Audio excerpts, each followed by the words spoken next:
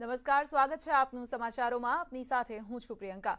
મહેસાણામાં માવઠાથી ખેડૂતોનો માલ પલળ્યો છે. મહેસાણા જિલ્લામાં સવારથી જ વાદળછાયું વાતાવરણ છવાયું હતું. બહુચરાજી એપીએમસીમાં બહાર પડેલો માલ પલળી ગયો. કપાસ, એરંડા, ઘઉં અને કઠોળ સહિતનો માલ પલળી ગયો છે. માવઠાની આગાહી હોવા છતાં તકેદારી ન રખાઈ હોવાનો આક્ષેપ છે. તો એપીએમસીમાં પૂરતી સુવિધા ન હોવાને કારણે ખેડૂતોનો માલ પલળ્યો છે. હવામાન વિભાગે પહેલેથી જ આગાહી કરી હતી અને તેથી જ તંત્ર તરફથી પણ એલર્ટ કરવામાં આવ્યા હતા. સંવાદદાતા કેતન જોડાઈ ગયા છે વધુ જાણકારી સાથે. કેતન, ખૂબ મોટી બેદરકારી સામે આવી રહી છે. અગાઉથી જાણ હતી, સૂચનાઓ પણ આપવામાં આવી હતી, પરંતુ તેમ છતાં કોઈ વ્યવસ્થા ન કરવામાં આવી. ચોક્કસથી જણાવી દઉં કે હાલ મહેસાણા જિલ્લાના અનેક વિસ્તારમાં ક્યાંક ધીમી ધારે તો ક્યાંક ધોધમાર વરસાદ વરસી રહ્યો છે. શિયાળામાં જ અચાનક આ જે ચોમાસું જે વાતાવરણ બન્યું છે તેના કારણે ક્યાંક ને ક્યાંક ખેડૂતો પરેશાન થયા છે. બીજી બાજુ હાલમાં એક બેદરકારી કહી શકાય તેવો મામલો સામે આવે છે કે જેમાં બેચરાજી જે એપીએમસીમાં છે ત્યાં જે વેપારીઓનો માલ હોય છે, ખેડૂતોનો માલ હોય છે, તે પલળ્યો છે. ચોક્કસથી તંત્ર દ્વારા અનેક આગાહીઓ કરવામાં આવી હતી કે તમારે જે માલ સામાન હોય યોગ્ય જગ્યા પર મૂકવો, જેથી કરીને જો વરસાદ કમોસમી વરસાદ વરસે તો તમારો માલ નુકસાન ના થાય. પરંતુ ક્યાંક ને ક્યાંક બેદરકારીના કારણે આ માલ હાલ પડ્યો જોવા મળી રહ્યો છે. જી કેતન, આભાર આપનો આ તમામ જાણકારી માટે.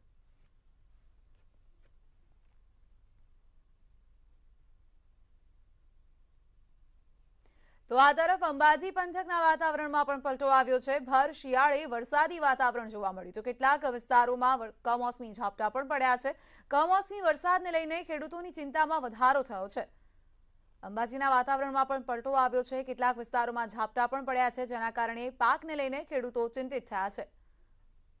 વેસ્ટર્ન ડિસ્ટર્બન્સની અસર જોવા મળી રહી છે રાજ્યના અલગ અલગ જિલ્લાઓમાં, અને જેના કારણે રાજ્યના અલગ અલગ જિલ્લાઓમાં વરસાદી માહોલ સક્રિય થયો છે.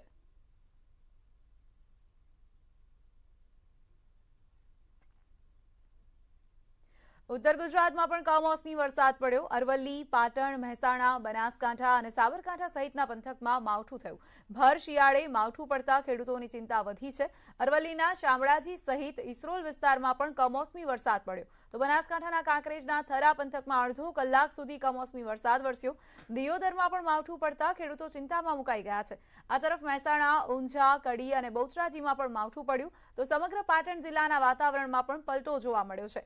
પાટણ, સરસ્વતી, સમી, હારીજ, રાધનપુર અને સાંતલપુરમાં કમોસમી વરસાદ પડ્યો છે.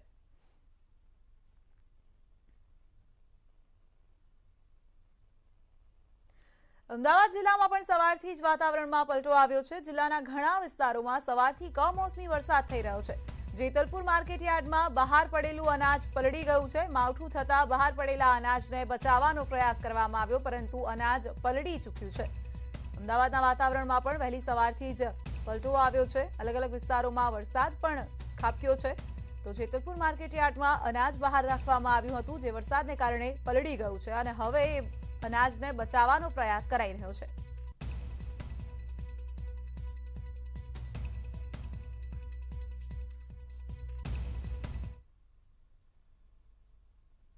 આગળ વધીએ. અમદાવાદમાં કોરોનાના કેસ વધતા ચિંતાજનક સ્થિતિ ઊભી થઈ છે. 24 કલાકમાં કોરોનાના નવા 28 કેસ નોંધાયા છે. કેસ વધતા અલગ અલગ જગ્યાઓ પર ટેસ્ટિંગ ડોમ ઉભા કરવામાં આવ્યા છે. લક્ષણો જણાતા આરટીપીસીઆર અને એન્ટીજન ટેસ્ટની વ્યવસ્થા કરવામાં આવી છે. ચાંદલોડિયામાં રોજ સરેરાશ 100 જેટલા ટેસ્ટ કરવામાં આવી રહ્યા છે. કોરોનાના કેસમાં જે રીતે વધારો થઈ રહ્યો છે, પાછલા 24 કલાકમાં અમદાવાદમાં 28 કેસ નોંધાયા છે, તેના કારણે તંત્રની પણ ચિંતામાં વધારો થયો છે અને ઠેક ઠેકાણે ટેસ્ટિંગ માટેના ડોમ પણ ઉભા કરાયા છે. ચાંદલોડિયામાં યુએચસી પર અને સિલ્વર સ્ટાર પર ટેસ્ટિંગના ડોમની શરૂઆત કરવામાં આવી છે અને લક્ષણો જણાવ્યાના માણસોના ટેસ્ટ કરવામાં આવી રહ્યા છે અને એ માટે જરૂરી અપીલ કરવામાં આવે છે કે તમે લોકો કોઈ બી લક્ષણ જણાય તો ટેસ્ટ માટે આ બંને જગ્યાએ આવી શકે છે કે અર્લી ડિટેક્શનથી એ લોકોને ટ્રીટમેન્ટ કરી શકાય. અમદાવાદ સહિત રાજ્યભરમાં કોરોનાના કેસ વધતા સ્થિતિ વધુ ચિંતાજનક બની રહી છે. ખાસ કરીને જો અમદાવાદની વાત કરીએ તો છેલ્લા 24 કલાકમાં જે છે 28 જેટલા નવા કેસ જે છે તે કોરોનાના નોંધાયા છે અને તેને લઈને આરોગ્ય વિભાગ દ્વારા જે છે અમદાવાદ મ્યુનિસિપલ કોર્પોરેશનના અર્બન હેલ્થ સેન્ટરોમાં અને અલગ અલગ જગ્યાએ જે ટેસ્ટિંગની જે વ્યવસ્થા કરવામાં આવી છે, જ્યાં ટેસ્ટિંગ શરૂ કરી દેવામાં આવ્યું છે. રાજ્યની જો વાત કરીએ તો રાજ્યમાં 54 જેટલા નવા કેસ જે છે તે સામે આવ્યા છે. અમદાવાદમાં મંગળવારે જે છે તે 18 જેટલા કેસ નવા સામે આવ્યા હતા. જે પણ લોકોને જે છે તે સિમ્ટમ જે કોરોનાના જણાતા હોય તો તેઓ જે છે ખાસ કરીને અલગ અલગ જગ્યાએ જે ટેસ્ટિંગના જે ડોમ ઊભા કરવામાં આવે છે ત્યાં ટેસ્ટિંગ કરાવવા માટે આવી રહ્યા છે. ચાંદલોડિયા વિસ્તારની વાત કરીએ તો ચાંદલોડિયા વિસ્તારમાં 100 જેટલા જે છે ટેસ્ટિંગ જે છે તે રોજના હાલ જોવા મળી રહ્યા છે. એટલે જે પ્રકારે કોરોનાના કેસ સામે આવી રહ્યા છે અને એને લઈને આરોગ્ય તંત્ર સતર્ક બની ગયું છે. કેમેરામેન હરીશ શર્મા સાથે સંજય ટાંક, ન્યૂઝ 18 ગુજરાતી, અમદાવાદ. સૌરાષ્ટ્રના ઘણા જિલ્લાઓમાં કમોસમી વરસાદ ખાબક્યો. ગીર સોમનાથ જિલ્લાના વાતાવરણમાં પણ પલટો આવ્યો છે. તાલાલાના ઘણા વિસ્તારોમાં સવારે વરસાદી છાંટા પડ્યા.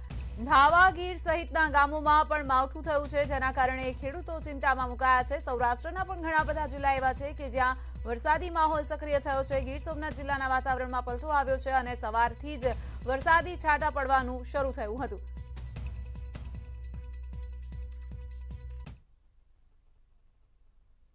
મોરબી પંથકના ખેડૂતોએ હલ્લાબોલ કર્યો. વીજ લાઇનના વળતર મામલે ખેડૂતોએ પ્રાંત અધિકારીને કપડા આપીને વિરોધ નોંધાવ્યો.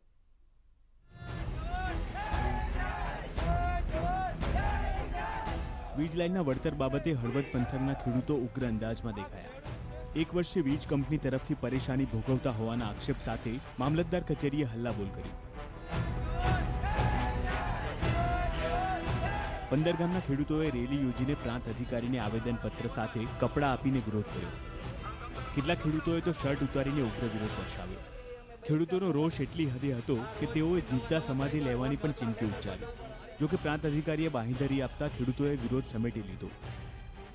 એકવાર કલેક્ટર સાહેબને અને તંત્રને એકવાર હજી ચાન્સ આપ્યો છે કે અમારી માંગ છે એ અમને 300 રૂપિયા જે વળતર આપે છે અત્યારે પ્રતિ ચોરસ મીટર એ અમને 2013 કરી દે. કોરિડોરના જે 7.5% આપે છે એની જગ્યાએ 15% કરી દે તો તમ તારે અમે રાજી ખુશીથી કામ કરવા દેવા માંગીએ છીએ. બાકી આગામી સમયમાં જેવડી પણ મોટી લડત લડવી પડશે, ઉગ્ર આંદોલન કરવા પડશે એ અમે જિલ્લા કલેક્ટર કચેરી અથવા અમારા જે વાળી છે પ્રાઇવેટ જમીન એ અમે કરીશું.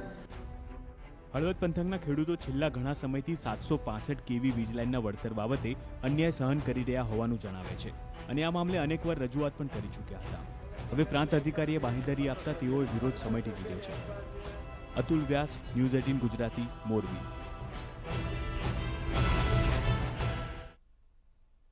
ગુજરાત પોલીસે તાજેતરમાં જ ડ્રગ્સના મોટા રેકેટ પકડતા ગૃહ રાજ્યમંત્રી હર્ષ સંઘવીએ ગુજરાત પોલીસ અને જવાનોને અભિનંદન પાઠવ્યા છે.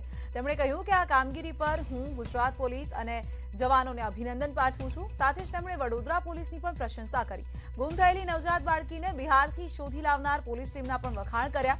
આત્મનિર્ભર યાત્રાને પ્રારંભ કરાવતા સંઘવીએ આ વાત કરી હતી. યાત્રાના પ્રારંભ પહેલા તેમણે હરિધામ સોખડા સ્વામિનારાયણ મંદિરના દર્શન પણ કર્યા હતા.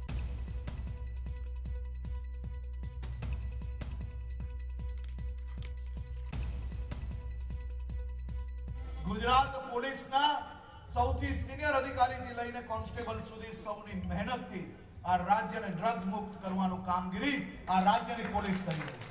જ્યાં દેશના દુશ્મનો કયા પ્રકારે આ દેશની અંદર આપણા રાજ્યની અંદર ડ્રગ્સનો નેટવર્ક ફેલાવી શકે એ માટેનો જ્યારે પ્રયત્ન થઈ રહ્યો હતો ત્યારે આ ગુજરાત પોલીસના જવાનોએ પોતાના પરિવાર સાથે દિવાળી ના બનાવી, પોતાના પરિવાર સાથે નવું વર્ષ ના બનાવી અને નેટવર્કને પર્દાફાશ કરવા માટે 12 દિવસ સુધી પાછળ લાગીને ગુજરાતના ઇતિહાસનું સૌથી મોટું ડ્રગ્સ પકડવાનું કામ કર્યું. છેલ્લા અઠવાડિયાની અંદર આપણે 3 થી વધારે મોટા નેટવર્ક ગુજરાતની અંદર પર્દાફાશ કર્યા છે. રાજ્યના મુખ્યમંત્રીશ્રીએ રાજ્યના એક પોલીસના જવાનોને અભિનંદન આપ્યા છે. હજારો લાખોના જીવ બચાવવાનું કામ આ રાજ્યના પોલીસના જવાનો દ્વારા છેલ્લા 1 અઠવાડિયામાં જે ડ્રગ્સના નેટવર્કો પર્દાફાશ થયા છે તે માટે આજે રાજ્યના ગૃહમંત્રી તરીકે જાહેર કાર્યક્રમમાંથી હું સૌ પોલીસના જવાનોને અભિનંદન આપું છું. ઝીંઝુડા ડ્રગ્સ કેસમાં વધુ એક ખુલાસો થયો અને ગુજરાત એટીએસે વધુ 24 કિલો હેરોઇનને જપ્ત કર્યું છે. અગાઉ ડ્રગ્સ સાથે પકડાયેલા આરોપી મુખ્તાર હુસેને ખુલાસો કર્યા બાદ પોલીસે દ્વારકાના જામ કલ્યાણપુર તાલુકાના નાવદરા ગામે દરોડા પાડ્યા, જ્યાં અનવર ઉર્ફે અનુ મુસા પટેલિયાના ઘરમાંથી 24 કિલો એટલે કે 120 કરોડનું હેરોઇન મળી આવ્યું છે. ઝીંઝુડા ઉતરેલા હેરોઇનમાંથી આ જથ્થો અહીં સંતાડવામાં આવ્યો હોવાનું સામે આવ્યું. પૂછપરછના આધારે ડ્રગ્સના જથ્થામાંથી કુલ અગાઉ 12 કિલોગ્રામ ડ્રગ્સ રાજસ્થાનના ભારત ભૂષણ શર્મા ઉર્ફે ભોલા શૂટરના સાગરીતોને સપ્લાય કરવામાં આવ્યું હતું. સપ્લાય કરનાર જામનગરના જોડિયાનો ઇકબાલ ભંગારિયો હતો. આથી પોલીસે વોચ ગોઠવી રાજસ્થાનના શિરોહીથી ઇકબાલ તથા અરવિંદ યાદવને દબોચી લીધા. તપાસમાં સામે આવ્યું છે કે ઇકબાલ હજુ પણ હેરોઇનનો જથ્થો અહીં સપ્લાય કરવાનો હતો. આરોપી અરવિંદ યાદવ ભોલા શૂટરનો જ સાગરીત છે, જે અન્ય એક પોતાના સાથી અંકિત જાખડ સાથે મળીને આ વેપલો કરતો હતો. ભોલા શૂટર હાલ તો જેલમાં બંધ છે, પરંતુ પોતાના સાગરીતો પાસે તે ડ્રગ્સનો ધંધો કરાવતો હતો. આ તરફ જામનગરના જોડિયાથી આ કેસના વોન્ટેડ આરોપી ઈશા રાવના પુત્ર અને આરોપી હુસૈનની પણ ધરપકડ થઈ ગઈ છે. અત્યાર સુધીમાં આ કેસમાં પહેલા દિવસે 3 આરોપી, મંગળવારે વધુ 5 આરોપી અને બુધવારે 3 આરોપી મળીને કુલ 11 આરોપીઓને દબોચી લેવાયા છે. જ્યારે હેરોઇનનો જપ્ત કરાયેલો કુલ જથ્થો 144 કિલો એટલે કે 720 કરોડનો થયો છે. અગાઉ 12 કિલો સપ્લાય કરી દેવાયું છે. એવામાં આ કુલ જથ્થો કેટલો હતો અને ક્યાં ક્યાં છુપાયો હતો તેની તપાસ થઈ રહી છે.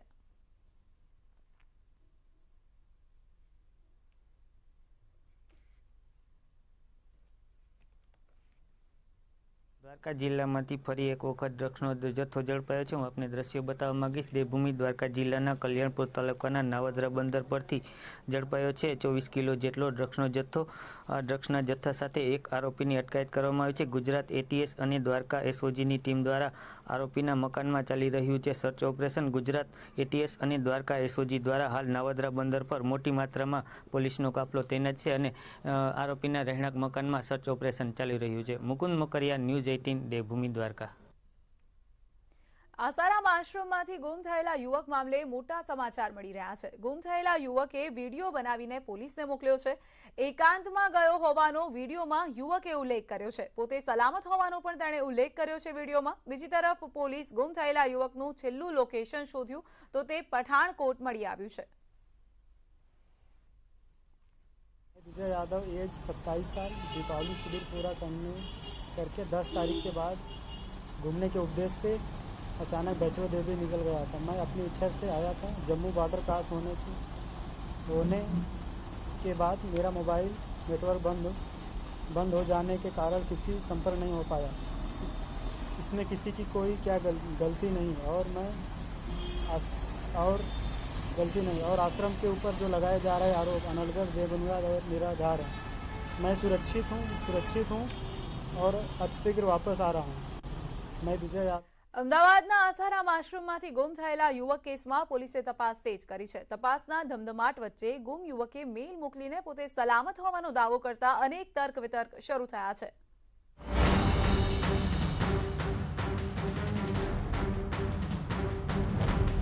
આશ્રમમાંથી ગુમ થયેલા યુવકના કેસમાં નવો વળાંક. યુવકે આસારામ આશ્રમના મેલ પર સંપર્ક કર્યો હતો. પોતાની મરજીથી ગાયબ થયો હોવાનો કરાયો ઉલ્લેખ. અમદાવાદના આસારામ આશ્રમમાંથી યુવક ગુમ થવાના મામલે નવો વળાંક આવ્યો.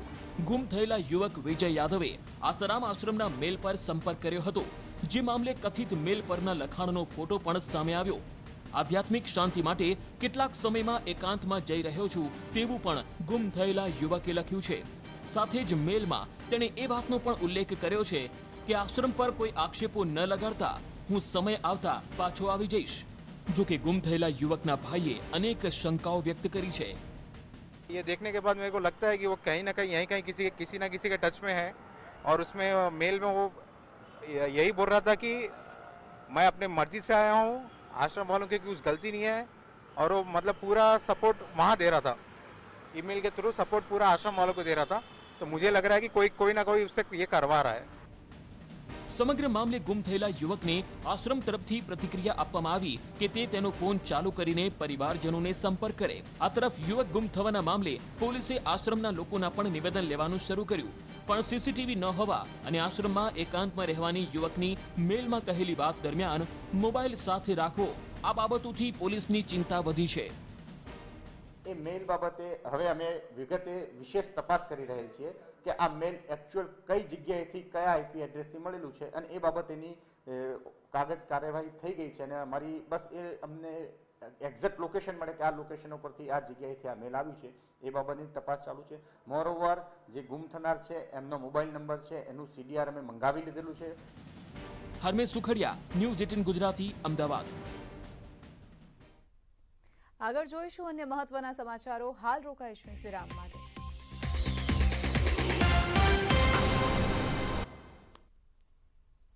Welcome back. નવસારીની યુવતીની વલસાડમાં ગુજરાત ક્વીન ટ્રેનમાંથી લાશ મળી આવવા મામલે હવે આત્મહત્યા માટે દુષ્પ્રેરણા આપવાનો ગુનો દાખલ કરાયો છે.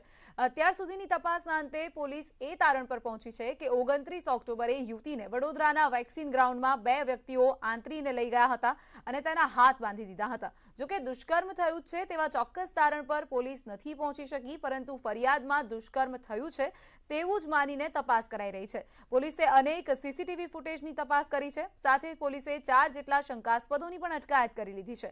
પોલીસની 35 ટીમે ઉચ્ચ અધિકારી સાથે મળીને સમગ્ર ઘટનાક્રમનું રીકન્સ્ટ્રક્શન પણ કર્યું છે. ઘટનાની તપાસ દરમિયાન એક સીસીટીવીમાં 2 શંકાસ્પદો યુવતીનો પીછો કરતા નજરે પડ્યા હતા. રેલવેના રેન્જ આઈજીએ દાવો કર્યો છે કે ટૂંક સમયમાં જ પોલીસ આરોપીઓને પકડી લેશે.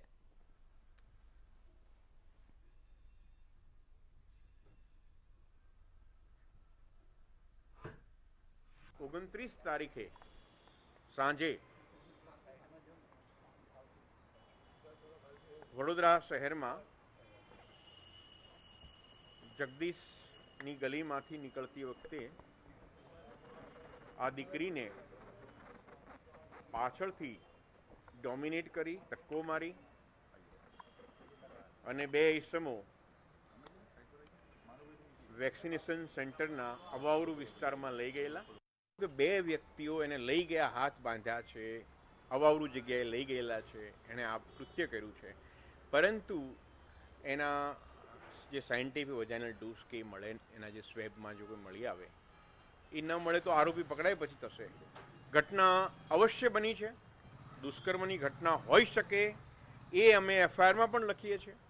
મૃત્યુ સુધીની ઘટના જે પગલું લીધું છે દીકરીએ, પરંતુ જ્યારે કાયદાકીય ભાષામાં કંઈ વાત કરવી હોય ત્યારે કોઈ તારણ પર આ તબક્કે અમે આવીને કહી શકીએ નહીં. આ ઘટના એક આત્મહત્યાની હોય એવું જણાય છે અને આત્મહત્યા માટે જે દુર્ઘટના, કમનસીબ દુર્ઘટના એ બાળકી સાથે ઘટી હતી, એના માનસિક આઘાતમાં એણે આ કૃત્ય કર્યું હશે એવું માનવાને કારણ છે. એ દીકરીનું બધા સીસીટીવી લેવામાં આવ્યા છે. એમાં કોઈ જગ્યાએ કોઈએ રોકી હોય, કોઈ સાથે હોય એવું પણ નથી. એની આગળ પાછળ ફરતા 1-2 માણસો હતા, એ લોકોને પણ પોલીસે પકડી અમે લોકોએ આની બરોબર પૂછપરછ કરી છે. ઉત્તર ગુજરાતના જિલ્લાઓમાં વાતાવરણમાં પલટો આવ્યો છે. સાબરકાંઠા જિલ્લાના ઘણા વિસ્તારોમાં માવઠું પડ્યું છે. વહેલી સવારે માવઠું થતા ચોમાસા જેવો માહોલ બન્યો છે. વિજયનગર, ખેડબ્રહ્મા અને વડાલીમાં કમોસમી વરસાદ ખાબક્યો છે. કમોસમી વરસાદને કારણે ખેડૂતોને પાક નુકસાનની ભીતિ છે. મગફળી, કપાસ અને બટાકાના વાવેતરમાં નુકસાનની ભીતિ છે. તો સાબરકાંઠા જિલ્લાના ઘણા બધા વિસ્તારોમાં માવઠાનું આગમન થયું છે. માવઠું પડતા જ ખેડૂતો પોતાના પાકને લઈને ચિંતામાં મુકાઈ ગયા છે. માવઠાને કારણે ખેડૂતોનો જે પાક છે તેમાં રોગચાળો વ્યાપી જવાની ખેડૂતોને ભીતિ છે. સાથે સાથે માવઠાને કારણે પાકમાં સડો લાગી જવાની પણ ખેડૂતોને ભીતિ છે. સાબરકાંઠામાં કમોસમી વરસાદ ખાબક્યો છે. મગફળીના પાકને બચાવવા માટે ખેડૂતો કવાયત હાથ ધરી રહ્યા છે. મગફળીના માલ પર પ્લાસ્ટિક પાથરીને તેને બચાવવાનો પ્રયાસ કરવામાં આવી રહ્યો છે. હિંમતનગર, ખેડબ્રહ્મા અને વિજયનગરમાં કમોસમી વરસાદ ખાબક્યો. ગઢડા, કરણપુર, હડિયોલ સહિતના ગામોમાં માવઠું થયું છે. તો સાબરકાંઠામાં જે રીતે વરસાદનું આગમન થઈ રહ્યું છે, ખેડૂતો પોતાના પાકને બચાવવામાં લાગી ગયા છે. મગફળી પર પ્લાસ્ટિક ઢાંકીને ખેડૂતો તેને બચાવવા કવાયત હાથ ધરી છે.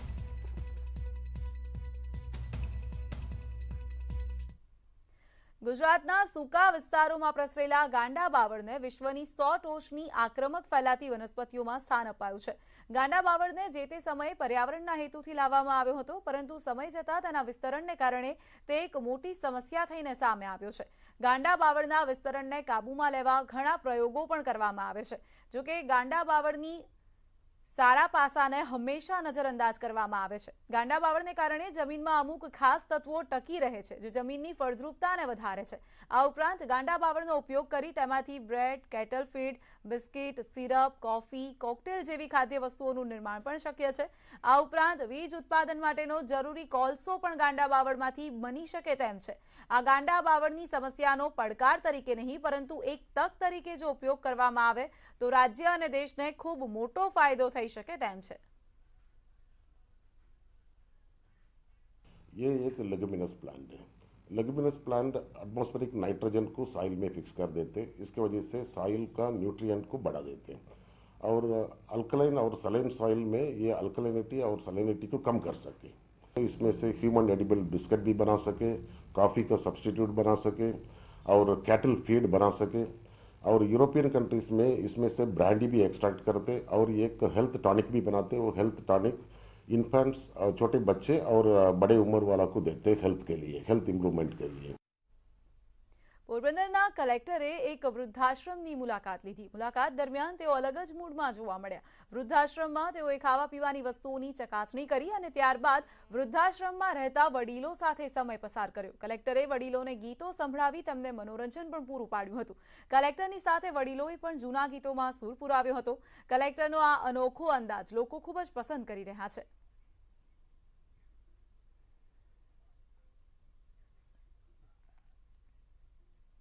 ભાવનગરના બજારોમાં તેજીનો માહોલ છવાયો છે. કોરોના કાળ બાદ આ વર્ષે હવે પહેલો લગ્નગાળો આવી રહ્યો છે, જેને લઈને લોકો ઉત્સાહિત છે. 2 વર્ષથી લગ્ન પ્રસંગોને લોકો ખુલીને ઉજવી નહોતા શક્યા. અનેક લગ્ન મોકૂફ રખાયા હતા, પરંતુ આ વર્ષે લોકો ધૂમ ખરીદી કરી રહ્યા છે. ભાવનગર શહેરમાં જ્વેલર્સ, હોલ, વાડી, મંડપ ડેકોરેશન તથા ફૂલોની ખરીદી અને બુકિંગ માટે પડાપડી થઈ રહી છે. સોના ચાંદીના દાગીનાઓનું પણ ખૂબ વેચાણ થઈ રહ્યું છે. ગ્રાહકો અને વેપારીઓ પણ આ વખતે વધુ છૂટછાટ હોવાથી ઘણા ખુશ છે. 2 વર્ષ પહેલા લગ્નગાળામાં જે બંધી હતી કોરોનાને લીધે તે હવે ધીમે ધીમે શરૂ થઈ રહી છે, તો એના માટે અમે ખરીદી કરવા માટે આવ્યા છીએ. 1.5 વર્ષ બહુ જ કપડો ગયો છે. તમે કીધું એમ વેપાર ધંધા અત્યારે એની લીધે પણ કહી શકાય કે ખૂબ જ સારા થઈ ગયા છે, કેમ કે લોકોને જે ખરીદી બાકી હતી અથવા જે રહી ગઈ હતી પ્રસંગ અનુસાર પણ જે ખરીદી બાકી હતી એ બધી અત્યારે તે સારી દેખાય છે અને એમ લાગે છે આગળ જતા પણ માહોલ સારો રહેશે અને ભાવમાં પણ ખૂબ જ તેજીને સારી રહેશે. જામનગરના 22 વર્ષીય યુવાને 29,000 ફૂટ સુધી માઉન્ટ એવરેસ્ટનું આરોહણ કર્યું. જામનગરના પારસ પટેલે 14 દિવસ અને 13 રાત્રિના સમયગાળામાં દુનિયાના સૌથી ઊંચા શિખર માઉન્ટ એવરેસ્ટને સર કર્યું છે. માઉન્ટ એવરેસ્ટને સર કરવું પારસનું સપનું હતું. આ માટે પારસે 6-7 મહિનાથી તૈયારીઓ શરૂ કરી હતી.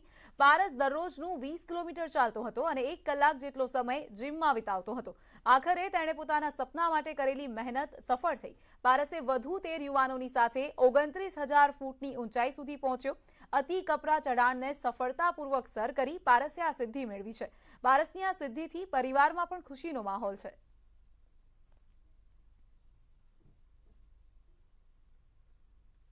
બુલેટિનમાં અત્યારે બસ આટલું જ. આપ જોતા રહો ન્યૂઝ 18 ગુજરાતી. નમસ્કાર.